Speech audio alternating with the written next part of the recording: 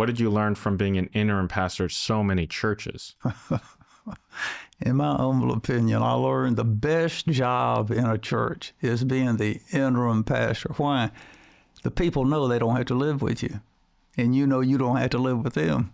Yeah. And so they tend to open up and tell you everything, which is helpful for them and helpful to me because now I know where they're itching, where they're hurting, where I need to scratch, where I need to minister to them. Is this something you were open to? Is this something you think you would do at some point? Be a pastor? Yeah. No, it wasn't. And when I was in the military, I wasn't even planning on going in Christian ministry.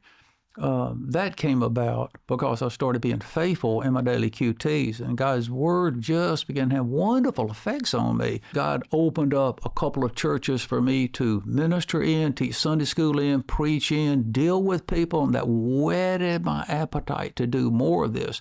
Then from the military, I went to seminary. So the pastorate didn't appeal to me because I was scared of it.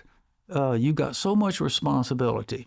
And when you preach, you're aware that what you say can have a good effect on the congregation. It can have a bad effect. If you're wrong in what you say, you can mislead people. So I was terrified by that. I just didn't think pastoring was for me. And I hate to say this, but I didn't feel holy enough to be a pastor. And I can just see how that I had to grow in those areas, and the Lord dealt with me in those various areas. And so what whetted my appetite about being a pastor was the opportunities I had as a faculty member to these churches that called in and said, we need a preacher for 2 or 3 weeks. See, pastor's on vacation.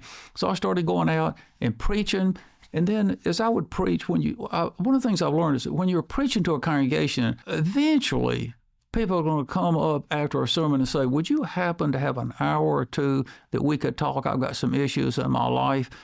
And they need counseling. You can't solve all a person's problems with a good sermon from the pulpit. They're not going to stand up and open up their heart and tell the congregation what's going on in their life.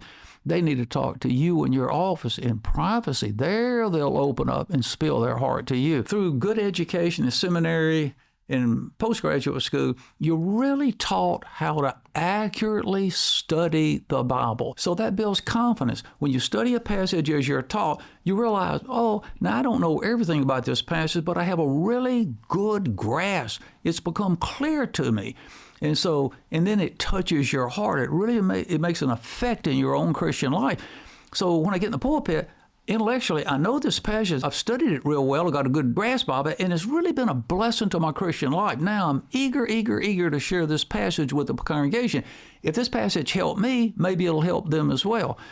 And so I began to enjoy preaching. I had more confidence. I'm not likely to be preaching heresy and I'm going to lead the church astray. And then I just enjoyed meeting with them one-on-one. Couples were struggling in our marriage. Could you help us with our marriage? We have a rebellious child. Can we talk to you about that? I found out that of course, at Moody and counseling students after class, I found out real quickly that I enjoyed spending time one-on-one or with couples in my office. And so same thing in a church. I just really enjoyed that. And then so when I retired, I was called by some people. I had been the interim pastor in their church, and they just said, our pastor recently died of COVID. We need some help. Would you be our interim pastor? So I went and I was the interim pastor of that church. And then after maybe a year, they said, we want you to get rid of the title interim pastor and be our senior pastor. Would you do that? So I did. I like what Charles Spurgeon once said. If God has called you to preach, do not stoop to be the king of some country. I don't know if there's any higher calling that God has for a person to be a pastor.